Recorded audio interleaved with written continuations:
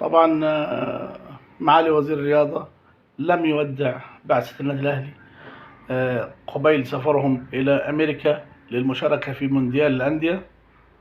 يمكن الراجل عنده ظروف، مع ظروف الله أعلم بظروفه، يعني يمكن في أي حاجة معاه مشاغل.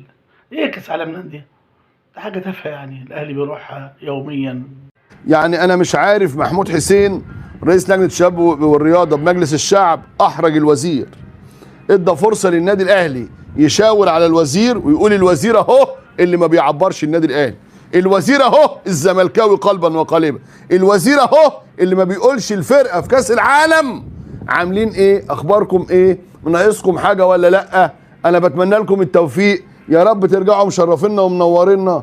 محمود حسين رئيس مجلس لجنه الشباب والرياضه بمجلس النواب والمرشح لمنصب الوزير ايضا، يعني واحد من الاسامي الكبيره المرشحه، لانه شخص محترم جدا جدا جدا وسياسي محنك وقدير، تواصل مع المهندس خالد مرتجي رئيس بعثه الاهلي في الولايات المتحده الامريكيه. والوزير بيعمل ايه يا باشا؟ قاعد مهموم يا بيه، هموم الزمالك يا بيه والله، ويشوف يقلب اي فلوس من مراكز الشباب ولا اي حاجه، هو ومديري الشباب والرياض، واللي ما يدفعش نقول له بص يعني هنحل المجلس بتاعك، بدل ما ندي مراكز الشباب والرياضه فلوس لا بنقول لهم كده. المهم محمود حسين رئيس لجنه الشباب والرياضه بمجلس النواب تواصل مع، بص يا باشا الاهلي طلع بيان رسمي. طب الاهلي مطلع البيان ليه؟ حد يقول لي؟ لا انا هستنى اللي هيقول هقول له على طول. ايوه اهو، ايه حد قال لا لا انا كزملكاوي بحب الراجل ده، حسام سليم ربنا يحفظه، افشل وزير يا حاج محمد محمود. انا مش عاوز اقيمه، انا بقول لك ليه الاهلي طلع ده. برافو عليك الاستاذ اشرف محمود، قال لك لاحراج الوزير، لاحراج الوزير امام الراي العام واظهاره امام جماهير النادي الاهلي انه رجل زملكاوي ولا يحب النجاح ولا الخير للاهلي. احراج له. ما هو انت دلوقتي مين الاولى انه يهتم بالفرقه ويسال عليها ويطمن عليها وبيمثل الحكومه المصريه؟ وزير الشباب والرياضه. لكن هو ظاهر في ثوب الزملكاوي المتعصب الكاره للاهلي، اللي مش فرحان للاهلي اللي بيمثل مصر وافريقيا، يفرح لبيراميدز لان الزمالك وبيراميدز يزيد واحد ونحشد لهم الجمهور، وهذا امر عادي جدا. لكن فرقه مسافره كاس عالم ولا بنطمن عليهم حتى تليفون، مع انه ممكن في التليفون ده يعمله من خلال باقه النت اللي هو عاملها على تليفونه ام 25 جنيه ماشي، او من خلال الواي فاي بتاع الوزاره. لكن هو اعمل ايه بس؟ ما عملش حتى الحاجه دي.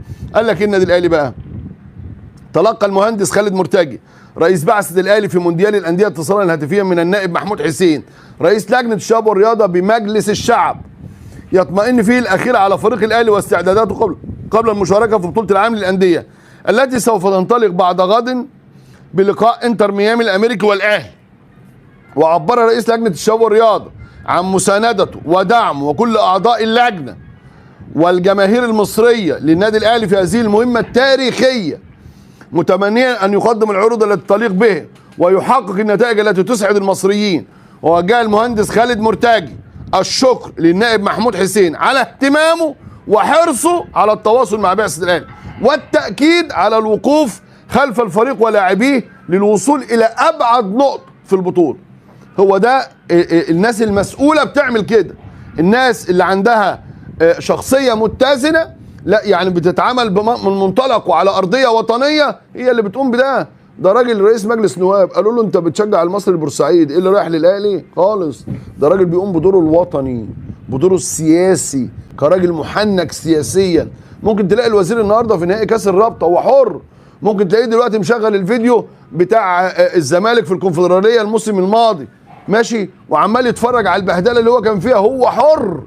لكن يتواصل مع بعثة النادي الاهلي ويطمن عليهم ويعمل نفسه مش شايفهم، برضه هو حر. لكننا ايضا احرار ونطالب فخامه رئيس الجمهوريه باقاله اشرف صبحي من منصبه كوزير الرياضه، حيث انه يظهر من خلال تصرفاته وقراراته وميوله وتعاملاته على انه زملكاوي متعصب وليس وزيرا سياسيا، يعني يعامل كل الانديه على قدم وساق واحده، يعني او على قدم مساواه، بلاش قدم وساق دي. انا ما رحتش كاس عالم تسنطر ورايح تتفرج ماشي، او انت موجود في امريكا وبتتفرج عامل تحالف.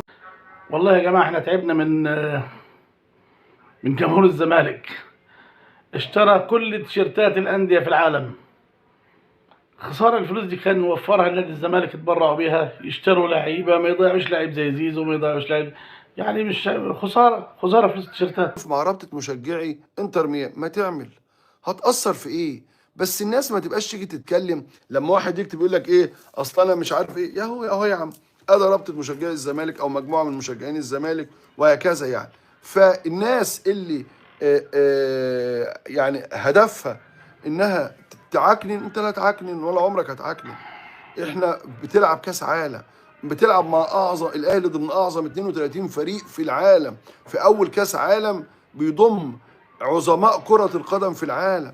طب باذن الله الاهلي يعمل شغل كويس، اطمح. لكن صورة زي دي ساقطة لهؤلاء الافراد لا يمثلون ابدا جمهور نادي الزمالك المحترم. انت رايح لمرحلة يعني صعبة جدا جدا جدا. ليه؟ انت في مصر مالكش وجود، انت ثالث الدوري للعام الثالث على التوالي، قعدت تشجع بيراميدز، دلوقتي بايه بتتحمى في بيراميدز عشان يكسب لك الاهلي. طب انت ايه اللي انت بتعمله؟